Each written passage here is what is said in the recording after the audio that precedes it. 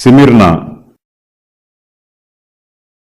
சிமிர்னா சபையின் தூதனுக்கு நீ எழுத வேண்டியது என்னவெனில், முந்தினவரும் பிந்தினவரும் மரித்திருந்து பிழைத்தவருமானவர் சொல்லுகிறதாவது: கர்த்தராகிய இயேசு கிறிஸ்து சிமிர்னா சபையின் தூதனுக்கு இந்த நிருபத்தை எழுதுகிறார். கிறிஸ்துவானவர் முந்தினவரும் பிந்தினவருமாய் இருக்கிறார். நாம் இந்த உலகத்தில் ஒரு குறிப்பிட்ட காலம் வரையில் மாத்திரமே ஜீவிக்கிறோம். ஒரு தரம் பிறப்பதும் பின்பு மரிப்பதும் மனுஷருக்கு நியமிக்கப்பட்டிருக்கிறது. நம்முடைய கர்த்தராகிய இயேசு கிறிஸ்துவோ நித்திய ஜீவன் உள்ளவராய் இருக்கிறார்.